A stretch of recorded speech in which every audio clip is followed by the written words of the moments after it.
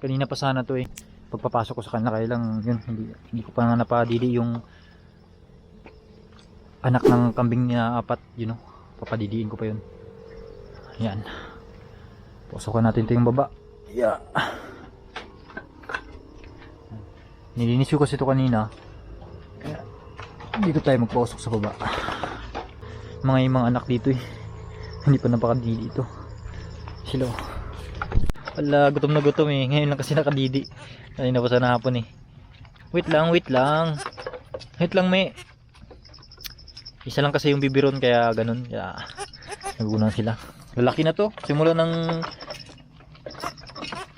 unang araw ng panganak nila. Ito na sila oh.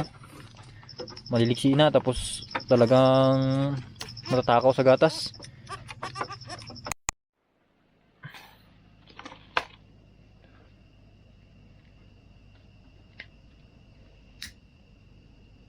Kapag naglinis kasi ako ng kulungan, yung paligid niya, yung ginagawa ko niya yung mga kalat niya ko lang sinusunog sa labas bago para mausukan din yung kulungan. Pero ngayon, gusto kong pausukan yung baba mismo ng kulungan. Mataboy talaga yung mga lamok tsaka yung mga niknik. May mga niknikin dyan na naninirahan sa mga ito, yung mga naglaylay na sa sahig. Kapag kanina pausukan dyan sila na namamahay. Kaya dapat napapausukan din yan para mataboy sila. Yan, gusto rin yan ng mga kambing na nauusukan sila. Dito ko pinisto sa baba ng kulungan para yung usok diyan talaga. Ito rin kagandahan kapag yung kulungan ng kambing mataas, naka-elevate. Kasi madali malinis yan. Halimbawa, yan yung baba niya maraming tae. Palagi ko nililinis yan. Hindi talaga na istakan ng tae. Nililinis ko yan palagi. Kaya hindi siya na dumadaming tayo dito katulad nyo no, nilinis ko kanina. Halos hindi naman araw-araw pero pag alam kong medyo makapal na nilinis ko doon ko nilagay yung nagiging manure. Ito nga sa sako yan no, meron yan, manure na yan siya, maganda na pang pataba. Kaya madali siya linisin tapos mataas kasi siya. Yun yung kagandahan kapag mataas yung ano yung sahig ng mga kambing. Malapit na rin itong mga anak. Ayan, araw na lang din yan mga anak na yan. Nauna lang yung apat na nanganak. Hindi rin sila magkakalay. Sabay-sabay na nasawa ng turo bago na-dispose yung turo.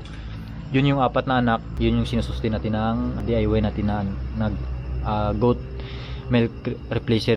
Kaya kung may kulungan tayo ng kambing, maganda rin talaga na pinapausukan natin yung malinis din, lalo na yung mga tae nila. Hindi dapat na istakan kasi maganda rin talaga na may program tayo sa mga kambing. Yun ngayon ginagawa ko lang din sa akin. May sinusunod akong program na pinapag-aralan ko din, na based lang din sa mga na-experience ko.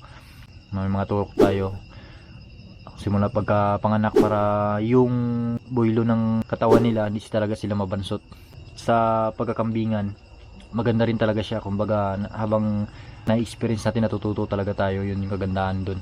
Kasi sa akin dati okay lang sa akin na mapakain lang, may maisuga ko lang, para sa akin okay na. Pero yun yung kay kuya kasi may program siya sinusunod. Ganda rin talaga kasi yung pagkakambingan challenge talaga, lalo na pag nabansot na matagal na yung paglago, matagal din yung profit, tagal din natin maibenta. Pero ito yung mga kambingan na to, hindi mo na binibenta, pinapadami mo na kasi may iba-iba naman yung may-ari din yan. Mayroon din sa atin. Tapos tayo habang nag-aalaga tayo dito, nagbabay in sale para kahit paano yung pira umiikot. Malakas-lakas din yung usok niya, paubusin ko na lang yan.